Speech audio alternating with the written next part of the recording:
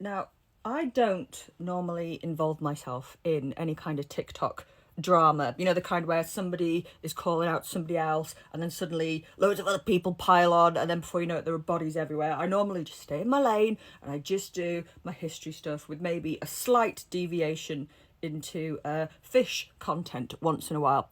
You join me here while I'm doing my makeup. But what I will say is this.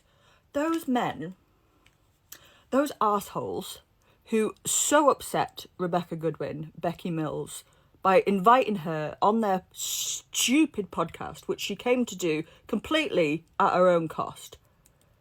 And then they spent their opportunity with her, belittling her, demeaning her, humiliating her, demanding that she justifies herself to them somehow.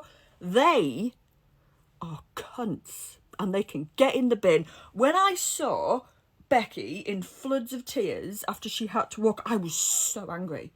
So angry. So I wanted to do this slight deviation from my normal content just to give her a bit of support, because it clearly really upset her, these three men just sitting her down on a sofa and basically telling her she's a worthless human being. Dicks.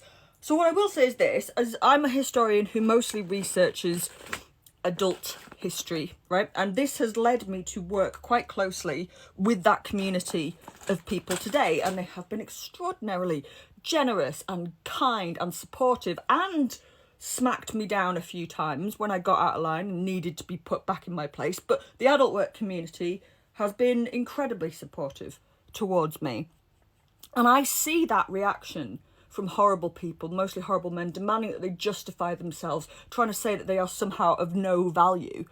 I see it all the time, and that's exactly what they were doing with Becky, and we should all be alert to that, because what that is it is a very visceral expression of misogyny that equates sex and a woman with being worth less than the virgin iconography. That's why they were doing it, because she is a woman who talks about sex, she's in that industry, she's in that business, and they felt that gave them carte blanche to try and devalue her.